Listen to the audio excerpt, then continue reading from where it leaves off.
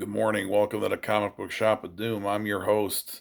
This video is not for children, so if you're under 13, get your parents' permission to watch this. Okay, we got some breaking news. This happened late last night. Chris Ryall is leaving IDW Publishing, but he's still going to be associated with them. He's keeping his hand in producing the Netflix Lock and Key show, and anytime they're going to publish any kind of Lock and Key material, he's going to be the editor for it. And he's forming a new company called Size IG or something. And basically, he says he's going to be working with all the people from IDW that he cultivated there. So it kind of looks like he's almost stealing their talent. So I sent this to another YouTuber yet last night, and this is like the second time that he left there.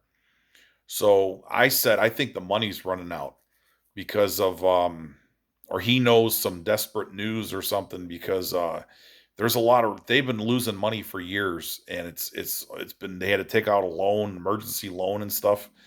And then with the COVID-19 shutdowns, who knows what's the state of their company now. And I just read this morning that they're going to do a weekly Marvel comic book series. IDW is.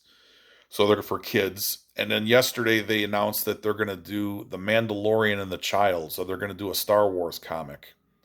And a lot of people were saying that if their Star Wars, or not Star Wars, but if their Marvel experiment would have been better, they would have probably had more rights to Marvel characters, because Marvel's been looking to shut down their publishing for years, ever since Disney took it over and just licensed out the characters.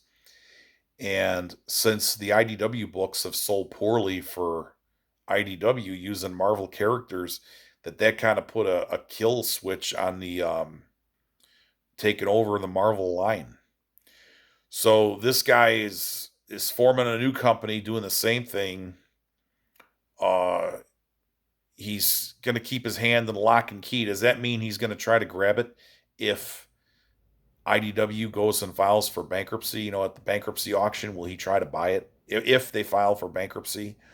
Is that a property that he's interested in when he's keeping his hand in as producer and an editor? If they ever do any books, he has some kind of vested interest in that project.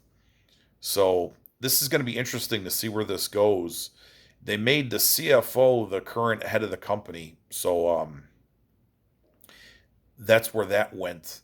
But very, very strange that this is going on now, and it's just a wait and see. And I did another video. If you look in my archives here, Comic Book Shop of Doom on YouTube, with IDW going under, it's been a sea of red ink for years. They put a stop to G.I. Joe, the regular G.I. Joe comic book, and they just put out the solo Snake Eyes book done by Rob Liefeld. So when you put a major franchise like that on ice, something's going on. And Hasbro is not one to sit there and let something like that go down. So it's going to be interesting to see if GI Joe lands at another publisher or they continue it or whatever. But very, very interesting stuff going on. And you have to read between the lines with these guys, because anytime they put out a press release, they're hiding stuff. Like those kind of money losses are unbelievable. And the thing is, if they're losing money, what about other publishers? So how many other guys are going down? But this one is like going to be a spectacular burn job because of the money that's been associated before. I mean, it's like over $50 million for like a couple of years.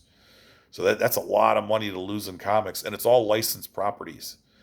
So it's like, where is it going to end? I don't think it will. I think it's going to end in bankruptcy court.